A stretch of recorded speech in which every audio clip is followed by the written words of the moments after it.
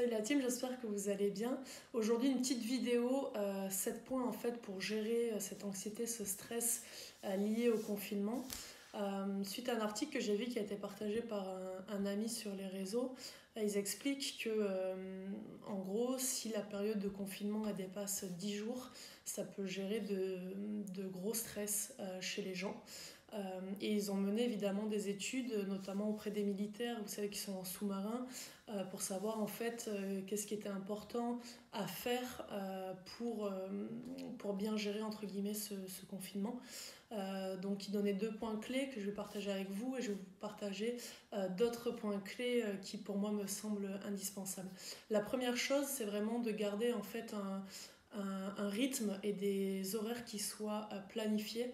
Donc par exemple, si vous êtes en télétravail, de définir un rythme l'heure à laquelle vous démarrez le travail, l'heure à laquelle vous faites un break.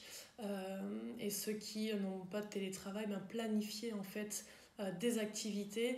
À telle heure je fais ça, à telle heure je fais ça, histoire d'avoir un rythme.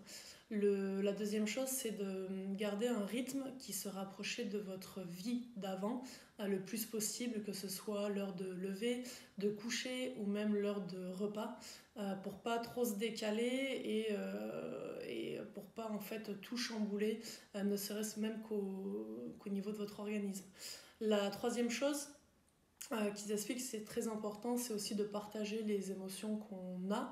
Donc que ce soit, surtout pour les personnes qui sont seules, qui font ce confinement seules, de partager, ou soit par téléphone ou autre moyen avec des proches, les émotions, ce qu'on ressent. La petite méthode aussi, c'est d'avoir un journal de bord. J'en suis pas mal d'entre vous sur les réseaux et vous êtes beaucoup à avoir démarré un journal de bord, c'est mon cas aussi, où je raconte tout simplement ce qui s'est passé dans la journée, tout ce qui me passe par la tête. Et ça permet aussi de libérer un petit peu ses émotions et c'est vraiment conseillé. La quatrième chose qui est très très importante, c'est aussi de bouger. C'est-à-dire que là, le problème d'être enfermé à la maison, c'est qu'on ne bouge pas. Et moins on en fait, et moins on aura envie d'en faire, et plus on sera fatigué. Et c'est très important en fait de garder votre corps actif. Le corps, il est fait pour bouger.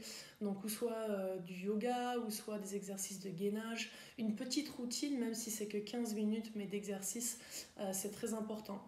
La cinquième chose, ne restez pas en pyjama toute la journée.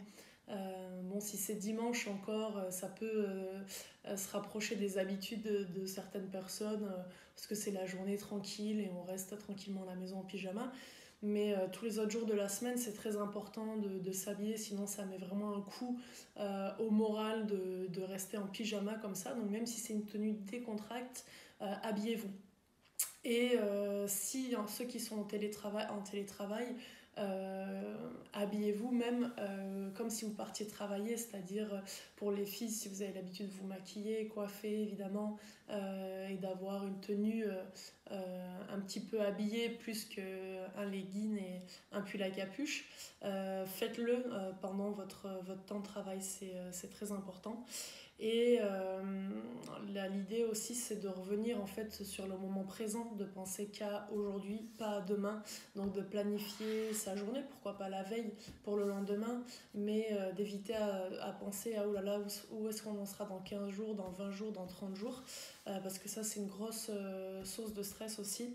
Et pour diminuer ce stress, il y a un autre levier qui modère, qu'on appelle modérateur de stress, c'est en fait tout ce qui est lié aux exercices de respiration. Et demain je vous ferai une vidéo là-dessus, parce que c'est prouvé, la respiration en fait va également aider à calmer votre organisme, du coup ralentir votre rythme cardiaque, et du coup calmer aussi tout ce qui se passe à ce niveau-là.